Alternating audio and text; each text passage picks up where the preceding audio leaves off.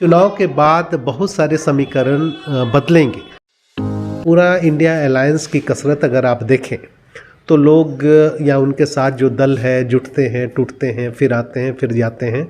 अभी भी कोई ठोस गठबंधन जैसा नहीं है। लेकिन ग्रास रूट में परसेप्शन बनाना, नैरेटिव गढ़ने में ज़रूर कहीं ना कहीं इंडिया अलायंस से आगे है कि वो गरीबों के साथ है, वो आदिवासियों के साथ है। मंडल पर कमंडल हावी हो जाए, ये उनकी पूरी रणनीति रहेगी और इसकी पूरी पृष्ठभूमि उनकी तैयार है। आरएसएस के फ्रंटल ऑर्गेनाइजेशंस, इनका जबरदस्त संगठनात्मक काम अभियान जो है लंबे समय से चल रहा है। बीजेपी संगठनात्मक तौर पर जितना सक्रिय कांग्रेस नहीं है। कांग्रेस एक ऐसा सोया हुआ बच्चा है जिसको उसकी माँ जो है धक्का धुक्की दे के जगाती है, तैयार करती है और स्कूल भेजती है। ये वैकल्पिक मीडिया है, फ्रीडम ऑफ स्पीच का साथ दीजिए। और जीटी रोड लाइव ऐसा ही मंच है, हम चाहते हैं कि आपका साथ मिले। आपका साथ ही हमारी ताकत है, हमारा बल है। तो आप कुछ आर्थिक सहयोग भी हमें कर सकते हैं। हमारा UPI नंबर है 8083557257। आप इस पर गूगल पे, फ़ोन पे और पेटीएम भी कर सकते हैं। साथियों, अगर आप ये ना करें तो इतना तो साथ हमारा ज़रूर दें कि हमारे YouTube channel GT road live को ज़रूर सब्सक्राइब करें, वीडियो को शेयर करें, लाइक करें, कमेंट करें। और जीटी रोड लाइव के नाम से ही फेसबुक पेज है हमारा, उसे भी फॉलो करना हरगिज़ ना भूलें। वहाँ भी देखें हमारा वीडियो, शेयर करें, लाइक करें और कमेंट करें। चलिए साथियों, अब हम आपको जिस मुद्दे पर चर्चा शुरू हुई बताते हैं। साथियों, सलाम, नमस्ते, सत श्री अकाल और जय भीम जोहार। साथियों, अभी बड़े साहब झारखंड के दौरे पर थे। बड़े साहब यानी कि आदरणीय प्रधानमंत्री नरेंद्र मोदी जी। और उसके बाद कई तस्वीरें, तरह तरह की तस्वीरें, बहुत ही वायरल हुई तस्वीरें, और उसके कई अर्थ हैं। और उसके अर्थ जो हैं खुलते हैं इंडिया गठबंधन की जानिब। इन सारे मुद्दे पर हम बातचीत करेंगे। देश के वरिष्ठ पत्रकार हैं, जाना माना चेहरा है सुधीर पाल जी का। कई किताबें हैं आपकी, और झारखंड की ना सिर्फ राजनीति बल्कि समाज पर उनकी गहरी पकड़ है। तो हम चाहते हैं कि उनसे बातचीत की जाए। सुधीर जी, बिना औपचारिकता के आपका स्वागत है जीटी रोड लाइव में। और सीधा सवाल है कि अभी जो PM मोदी का जो दौरा झारखंड का हुआ, इसे आप किस रूप में देखते हैं? सरोज भाई, मुझे लगता है कि PM मोदी जी ने जो जनजातीय गौरव की बात की है और ख़ासकर आदिवासी क्षेत्र के सबसे बड़े आदिवासी स्वतंत्रता सेनानी कहिए, हालांकि वो पीरियड सीधे सीधे नहीं जुड़ता है, लेकिन अंग्रेज़ों के खिलाफ जो बिगुल फूंकना और उपनिवेशवाद के खिलाफ जो सबसे बड़ा आंदोलन रहा जंगल क्षेत्र में, आदिवासी क्षेत्र में, उसके अगुआ बिरसा मुंडा रहे थे। और बिरसा मुंडा के गांव में किसी प्रधानमंत्री का आना, ये अपने आप में एक ऐतिहासिक घटना है। और ये कहीं ना कहीं पूरे भारत के आदिवासियों को भावनात्मक तौर पर जोड़ने में एक बड़ी भूमिका निभाता है। दूसरी बात कि जो टाइमिंग है, 15 नवंबर और लगभग 6 महीने का टाइम आपके पास इलेक्शन जो हमारा लोकसभा का होगा, वो लगभग 6 महीने का अवधि है जो बची हुई है। और इस पीरियड में 24,000 करोड़ की पूरी योजना आदिवासी और खासकर PVTG, जिसकी बात किताबों में तो बहुत होती है, लेकिन आदिवासियों में भी सबसे आदिम अवस्था में कोई है तो PVTG हैं, जिसकी बात पहली बार प्रधानमंत्री कर रहे हैं। और पूरा भारत सरकार का अगर एजेंडा में आप देखेंगे तो PVTG के डेवलपमेंट के लिए बहुत सारे स्कीम्स डिफरेंट विभाग के आ रहे हैं।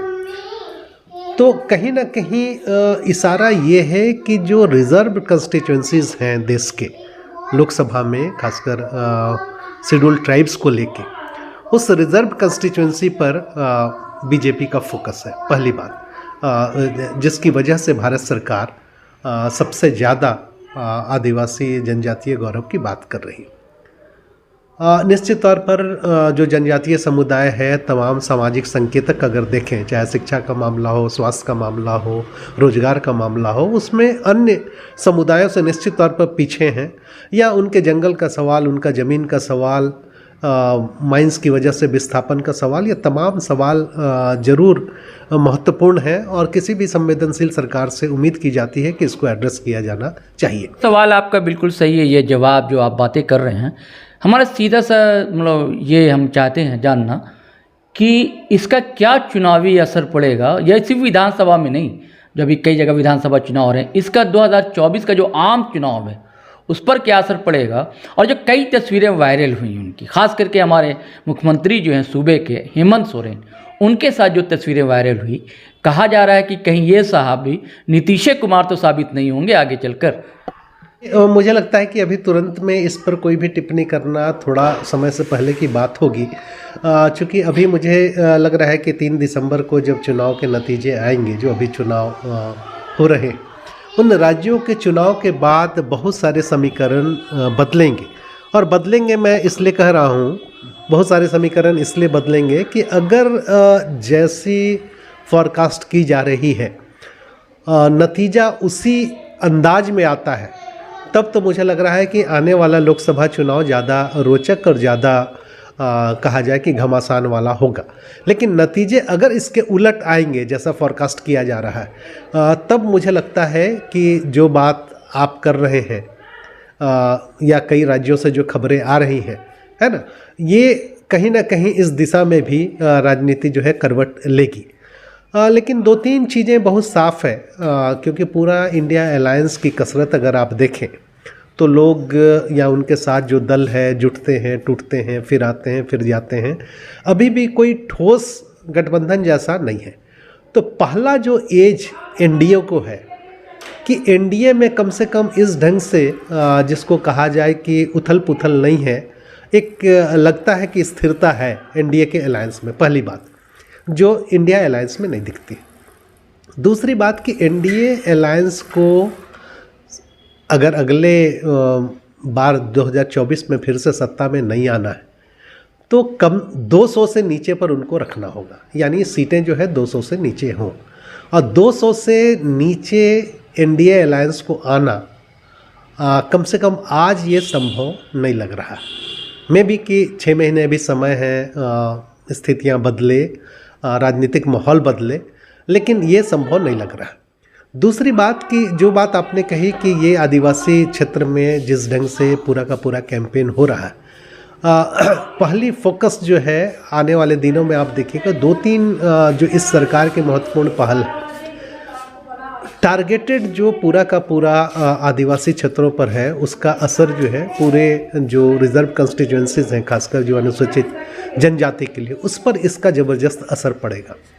क्योंकि सबसे बड़ा असर ये पड़ेगा कि पहली बार पीवीटी की बात हो रही है, पहली बार कोई प्रधानमंत्री वहाँ जा रहा है, और इसके साथ देर सवेर जो सरना धर्म कोड की बात हो रही है, संभव है कि एन इलेक्शन के पहले सरकार इस बात पर सहमत हो जाए कि जनगणना कॉलम में वो सरना धर्म का कॉलम जोड़ने पर तैयार हो जाए और इसकी घोषणा भी करते।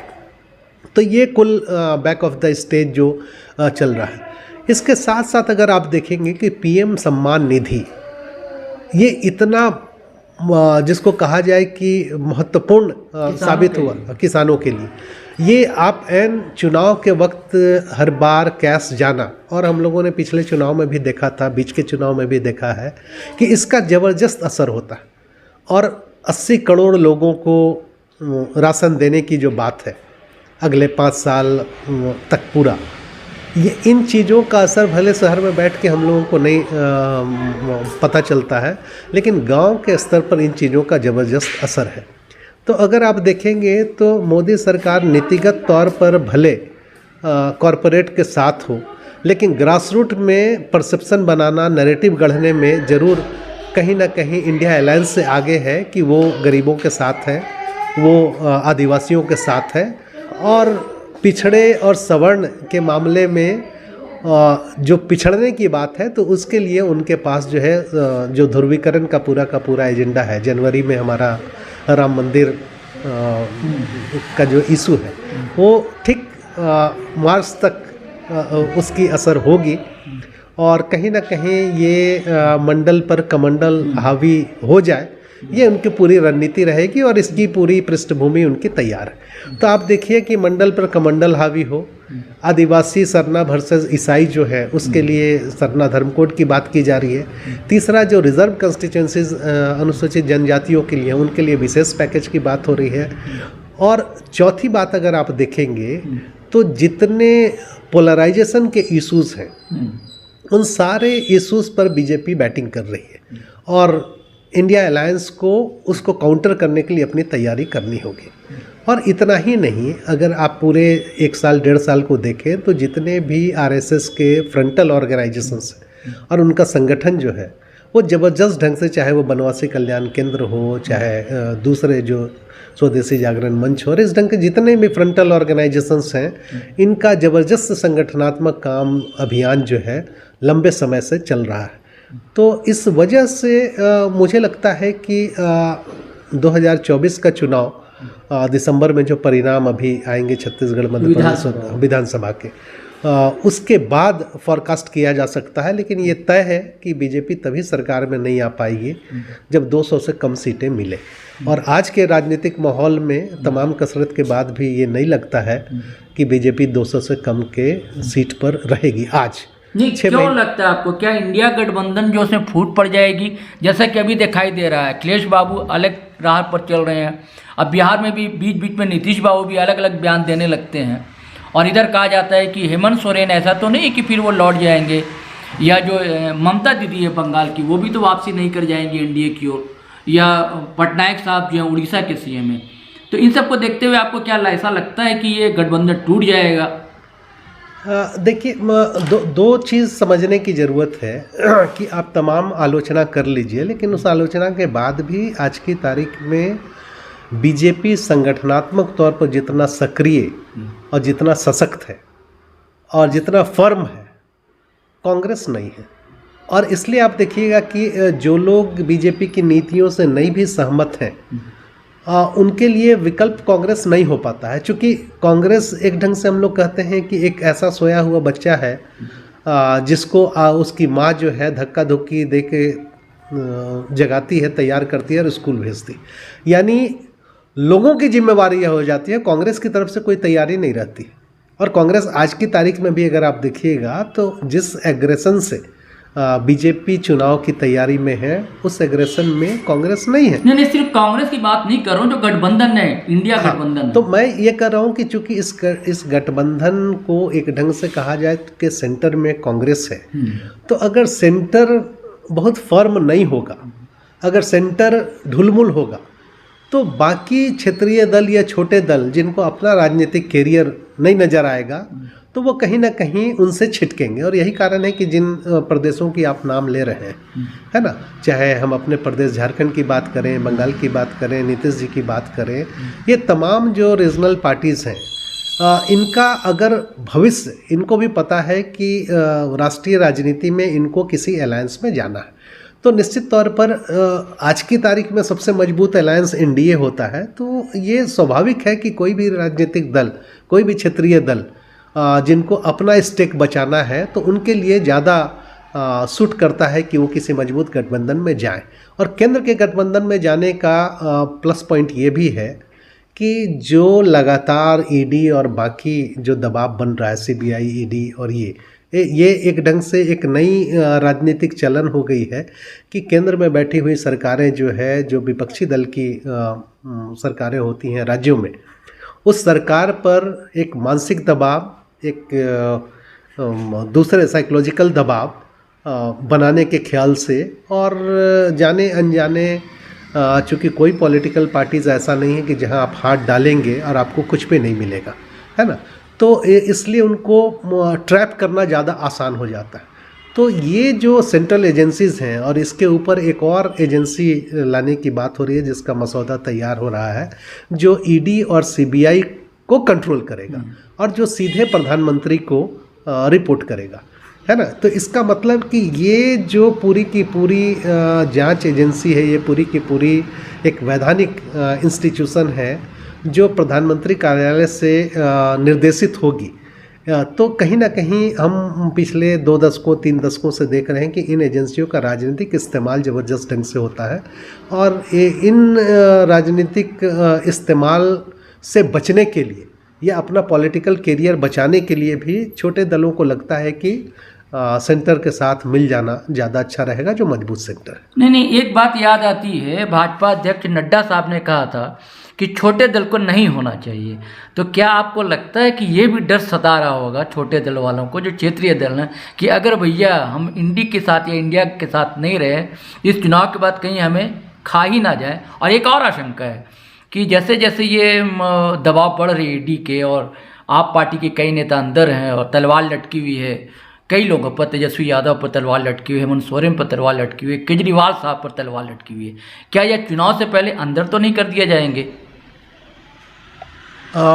ये जो दबाव की राजनीति है ना, तो अभी आप मार्क करेंगे कि अपने स्टेट में ताबड़तोड़ सम्मान के बाद अभी हमारे मुख्यमंत्री जी को सम्मान नहीं हो रहा है, ठीक है। बाकी राज्यों में भी थोड़ा शांति है, थोड़ी शांति है ना। तो ये आम आदमी भी समझता है कि ये जो दबाव की राजनीति है, ये राजनीति को कहीं एक समझौता के स्तर पर आना है। बहुत कम स्थिति बची है आज की तारीख में कि जब कोई राज्य या कोई क्षेत्रीय दल जो है वो बहुत सीना तान के खड़ा हो जाए। उस स्थिति में बहुत कम लोग हैं आज की तारीख में, है ना। तो वैसी स्थिति में एनडीए अलायंस और खासकर बीजेपी को पता है कि ये दबाव हम जितना ज़्यादा बढ़ाएंगे, समझौता के रास्ते या कहीं ना कहीं एक रास्ता खुलेगा जो रास्ता उनके लिए फेवरेबल होगा। और क्षेत्रीय दलों को भी लगता है कि अगर लंबी राजनीति करनी है तो कहीं ना कहीं इनसे दूर छिटक के भी हम राजनीति नहीं कर पाएंगे। यानी कि आपका कहना है कि आएंगे तो मोदी ही। कारण आपने बताया कि जो विपक्षी गठबंधन उसके पास तैयारी नहीं है और भाजपा के पास तैयारी है। भाजपा के पास संघ जैसा संगठन है, उसके अनुषंगी संगठन भी है 36 हैं, वो लगातार एक्टिव रहते हैं, 24 घंटा वो चुनावी मोड में रहते हैं। यही कारण है कि आप कह रहे हैं आएंगे तो मोदी ही। क्या ये हमारा ये कहना क्या सही है? ये जिसको कहा जाए ना कि रणभूमि में, अगर हम इसको रणभूमि में मांग लें, हालांकि राजनीति को रणभूमि नहीं बोला जाना चाहिए, लेकिन लोकतंत्र की ये पूरी की पूरी जो कसरत है, इसमें नैरेटिव जो है वो बहुत मायने रखता है। और ये जो बात आपने कही ना कि आएगा तो मोदी ही, इसका साइकोलॉजिकल असर बहुत ज़बरदस्त पड़ता है। इसलिए आप पूरा देखिएगा कि पिछले 3 सालों से जो पूरे देश भर में संगठन हैं, एनडीए और उनके सहयोगी जो संगठन हैं या आरएसएस उनके अलायंसेस हैं, वो सिंगल लाइन का कैंपेन, माउथ पब्लिसिटी यही हो रहा है कि आएगा तो मोदी। क्योंकि ये जितना ज़्यादा आप कहेंगे, चूँकि क्राउड या भीड़ की मना स्थिति ये होती है कि वो उसको क्रॉस चेक नहीं करता है, वो जो सुनता है उसको अंतिम सत्य मान लेता है। इसलिए जब बार बार जब आप ये कहते हैं कि आएगा मोदी ही, तो कहीं ना कहीं लोग कन्विंस्ड होते हैं कि वाकई मोदी ही आएगा, तो हम अपना वोट क्यों बर्बाद करें, है ना। क्योंकि कई बार आप देखेंगे कि आप किसी चुनाव में उस प्रतिनिधि को जीता हुआ जनता मान लेती है जिस प्रतिनिधि का रैली जितना बड़ा होता है या जिस प्रतिनिधि के जनसभा में जितनी ज़्यादा भीड़ होती है।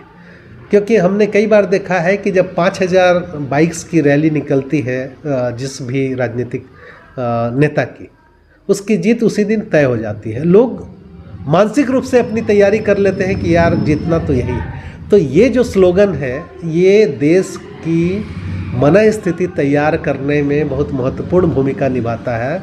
और अनफॉर्चुनेटली इसको काउंटर करने की स्थिति में कोई उतना सशक्त विकल्प हमको नहीं दिख रहा है। तो साथियों, आपको कहानी कैसी लगी, ज़रूर रोचक लगी होगी। और आप अगर फेसबुक पर देख रहे हैं तो फॉलो कर लें हमारा पेज, और अगर आप यूट्यूब चैनल देख रहे हैं हमारा, सब्सक्राइब कर लें और बेल आइकन दबाना हरगिज़ ना भूलें। धन्यवाद, शुक्रिया।